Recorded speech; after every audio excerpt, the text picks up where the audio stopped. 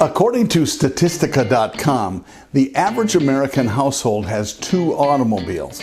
But when you consider major cities with public transportation on one hand and first-time buyers or empty nesters on the other, that's probably a low figure given today's family dynamic. In fact, many households have 3 to 5 vehicles and some even more. Here's the point. When someone buys or leases an automobile from you, it's highly likely that they have more vehicles at home. Even if you were the nicest salesperson those customers ever met, if you failed to discover what the other vehicles are, they may very well buy their next one from Crazy Louie's used car lot, and not from you. So, how can we keep our customers in-house and far away from Crazy Louie? Give me 5 minutes.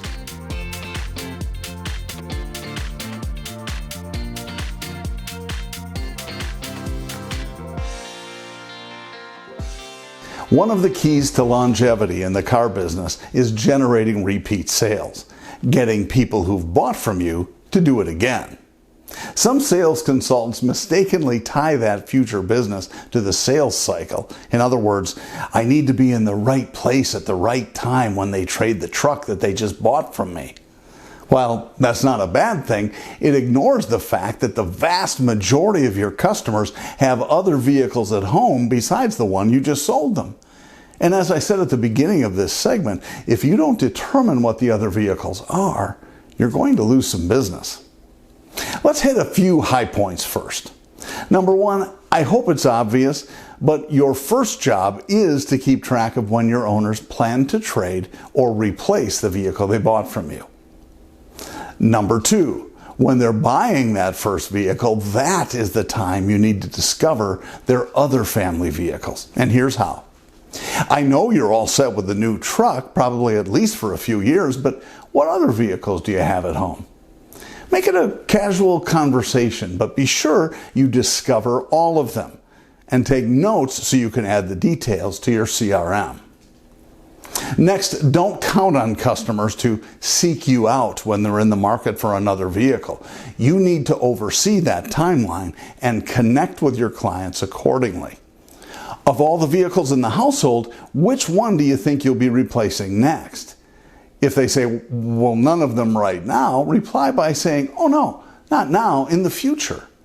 Look, even if it's 2 or more years away, I still want to know about it so I can follow up and include that timeline in our future conversations. Next, let the discovery drive your follow-up frequency. If they think they'll replace their second car next summer, well, don't wait until late spring to connect with them about it. Or if their daughter is going to need a reliable used car for her new job in a couple of months, you better start looking for a vehicle for her now. In general, you should never go more than 6 months without connecting with your owners, even if just to update their timeline. And that doesn't mean sending them an email newsletter. You need to actually connect with them. Capiche? Speaking of frequency, and especially with your owners, it's best to employ permission marketing in planning your follow-up. Ask them what is the best way to get in contact with them if they need to know about recalls or other information about their vehicle. Don't bombard them, but in my experience, under-communicating is a much bigger concern. Okay, I'll do a quick one-man role play so you can see how this discovery conversation with an owner might sound. And because so few sales consultants know the number of family vehicles their current owners have, let's like this call to my friend Adam, who, let's say, bought a new truck from me in the middle of last year. You may have some existing owners you can do this with on a telephone follow-up call or even when they visit the service drive. Okay, here we go. Good morning, Adam. Hey, it's Jon Quade from Quade Motors. Well, I'm doing great, thanks. How about you? Excellent. Hey, how did Shelley do in cross country this year? I remember you said she had a shot at state. She did? Well, that's pretty impressive. And she still has next year too, right? Well, congratulate her for me, will you? Of course. Say, I'm just updating your records. I know you're pretty well set with the new truck, but I never asked you, is that the only vehicle in the family, or do you have others too? Oh, okay, what else do you have? Okay, and about how many miles are on that one? Okay, great. Any others? A 2015 Buick Enclave, okay. And of those two, which one do you think you'll replace next? Or do you plan to add one for Shelley? Be sure to take notes, because you'll refer to these other vehicle opportunities almost every time you get in contact with Adam. If he chooses one to replace, you can go down this road next. Okay, you think the Buick will be the next one? All right, do you think you want to go with something new or something pre-owned? Okay. Pre-owned one, yeah. And would you want it pretty well equipped, or are you just thinking about basic transportation? If he says not right now, or we probably won't do anything until next year, take the pressure off right away. Hey, no worries at all.